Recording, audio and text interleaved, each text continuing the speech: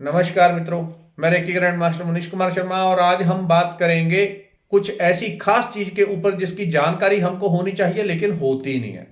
तो ऐसे में क्या कर सकते हैं, आपको वो जानकारी बताता हूं। अध्यात्म के लिए ये जरूरी है, हर व्यक्ति को ये पता होना चाहिए लेकिन हमको पता नहीं होता। तो ऐसे होता है कि एक कुएं से हम मिट्टी निकालते रहते हैं और उसी में दोबारा वो गिरती रहती है, कुआं कभी पूरा खुदेगा ही नहीं। वैसे ही आप आध्यात्मिक रूप से जो भी मंत्र, पूजा पाठ, ध्यान जो भी आप करते हैं वो फलित नहीं हो पाता। ऐसी बहुत सारी चीजें हमारे शास्त्रों में सब कुछ बताया हुआ है।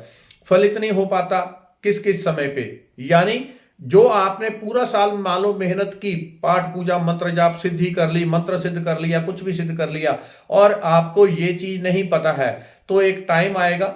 असल में ये टाइम साल में 5 बार, 6 बार, 7 बार भी आ जाता है, कभी 4 बार। तो ये टाइम आएगा और आपकी जो मंत्रों की ऊर्जा सिद्धि बनी होती है, एनर्जी, पॉजिटिव एनर्जी बन बन के धीरे धीरे ऊपर चली जाती है। आप स्टार्ट करते हैं मूलाधार से, धीरे धीरे प्रकाश भरना शुरू होता है, यहां तक आया, तब तक आपको ये ज्ञान नहीं है जो अभी बता रहा हूं, तो आपकी ऊर्जा छटक से नीचे आ जाएगी। आपकी अध्यात्म की जो ऊर्जा ऊपर बढ़ रही है वो रुक जाती है।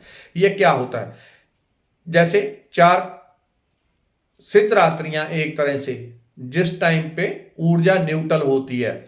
ये कौन कौन से समय है और न्यूट्रल कैसे होती है, जैसे होली हो गई, अभी होली का जागरण आ जाए, अमा या बड़ी अमावस जिसको दिवाली कहते हैं, महाशिवरात्रि, जन्माष्टमी या सूर्य ग्रहण, चंद्र ग्रहण, ये कभी भी सूर्य ग्रहण, चंद्र ग्रहण हो अगर, और ये जो रात्रियां आपको बताई, इन रात्रियों में अगर आपने कोई भी आप सिद्धि भी, आप बड़ी से बड़ी सिद्धि कर लिया, आपने कुछ भी कर लिया और वो पूरी तरह से प्रकट नहीं हुई, अभी प्रोसेस में है, चल रहा है आपका मंत्र स्तोत्र, आपकी पाठ भजन चल रहा है, पूरी तरह से वो फूल नहीं बनी, तो आपके साथ क्या हो जाएगा। कुछ लोग तो बहुत तीव्रता से कर सकते हैं या कर लेते होंगे कि महीने 2 महीने में कोई मंत्र को सिद्ध कर लिया, 2-4 महीने में वो इस खेल से थोड़ा बाहर आ जाते हैं, लेकिन उनकी भी एनर्जी, क्योंकि हम प्रकृति में बंधे हुए हैं, तो वो जुड़ी रहती है। तो यानी कि अगर इस समय पे जो आपको अभी बताया, अगर इन रात्रियों पे और ग्रहण काल के अंदर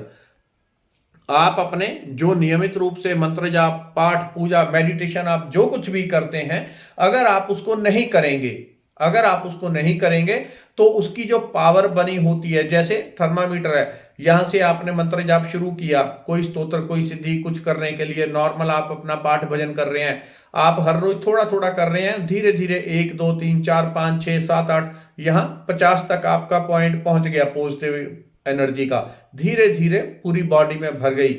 और आपने इन 4 रात्रियों में उस मंत्र का जाप नहीं किया या ग्रहण काल आपने वैसे ही निकाल दिया, ये 4 रात्रियों में से कोई भी एक रात निकल गई, तो जो आपकी पॉजिटिविटी बनी होती है वो छटक से नीचे आ जाएगी। क्यों? आपका किया हुआ जब तब कहां गया, वो एक तरह से परलोक में उसका फल मिल जाएगा, यहां आपको फल नहीं मिल पाएगा प्रॉपर, क्योंकि आपने उस समय का उपयोग नहीं किया जब एनर्जी न्यूट्रल होती है। महाशिवरात्रि अभी निकली है, आज होली है, फिर दिवाली आती है, जन्माष्टमी आती है, ग्रहण काल आते हैं, ग्रहण जैसे चंद्र ग्रहण है, सूर्य ग्रहण है, हालांकि ये भारत में नहीं है लेकिन उसका आंशिक प्रभाव रहेगा। तो इस दौरान भी, जैसे कल चंद्र ग्रहण है, 29 मार्च 2025 को सूर्य ग्रहण है, अगर इस समय पे आप कभी भी ये ग्रहण होते हैं, आप अपने नाम भजन कीर्तन जो भी आप करते हैं उसको आप नहीं करेंगे, तो उससे जितनी आपकी सिद्धि बनी होती है, अगर वो 50 पॉइंट तक बनी है, गिर के वो 25 पे आ जाएगी, 20 पे आ जाएगी, 30 पे आ जाएगी, दोबारा फिर से करेंगे फिर ऊपर जाएगी। और दोबारा अगर आपने इन रात्रियों को सूखी छोड़ते रहे, आपने इन पे ध्यान नहीं किया, आपने शिवरात्रि को जप नहीं किया, होली पे जप नहीं किया, दिवाली रात्रि आपने जप नहीं किया, तो आपकी जो पावर बनी होती है वो डाउन हो जाती है। इसलिए लोगों के मंत्र जो है वो सिद्ध नहीं हो पाते प्रॉपरली। यानी अगर वो कोई मंत्र ऐसा है कि 1 साल में सिद्ध हो जाएगा पूरी तरह से, तो 5 साल 10 साल लग जाते हैं उनको। क्यों? क्योंकि हर बार उनको ये नहीं पता होता कि कब क्या करना है, जरूरी काम है। तो जब भी जन्माष्टमी इत्यादि ये बड़ी रात्रियां जो मैंने कही हैं, इसके अलावा ग्रहण काल, अगर इन रात्रियों में आप अपने नियमित किए जाने वाले मंत्रों का जाप नहीं करेंगे तो आपकी पावर डाउन आ जाएगी। आपकी पावर नीचे आ जाएगी। इसलिए हर हाल में इस रात्रि कितना जाप करना है, जितना आपसे हो सके अधिकतम जाप करना होता है। क्यों?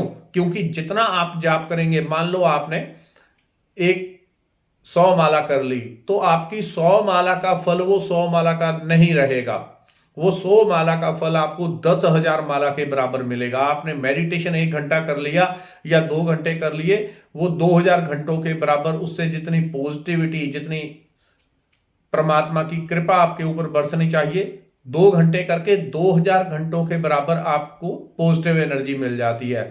और अगर इसके उल्टा किया, आपने इन समय पे ध्यान नहीं दिया, तो जो आपकी पॉजिटिविटी बनी होगी वो डाउन आ जाती है। ये ऐसा क्यों होता है? क्योंकि जैसे हर 4 ऋतुएं हैं हमारी, 3 महीने बदलते हैं। एक ऋतु चली गई, ग्रीष्म चली गई, बरसात आ गई, ठंडक शुरू हो गई, फिर पतझड़ आ गई, बसंत आ गई। इस तरह से हमारी ऋतुएं होती हैं। धरती जो हमारी कंटिन्यूस घूमती है, वो हर कुछ कुछ टाइम में, 3-4 महीने में एक ऐसे सर्कल में आती है जब एनर्जी धरती की न्यूट्रल हो जाती है।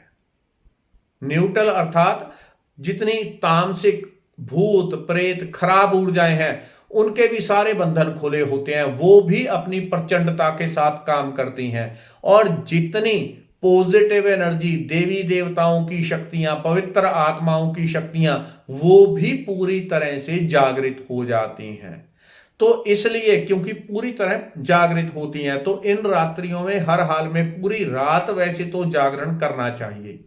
पूरी रात। आप अगला दिन छुट्टी ले लें, सो जाएं, कुछ भी करें, लेकिन इस रात्रि अधिकतम, कोई पूरी रात नहीं कर सके तो 2-3-4 जितना संभव हो मैक्सिमम उतना आप जाप करेंगे। उससे आपका जाप का जो फल है वो लाखों गुना अधिक मिलता है।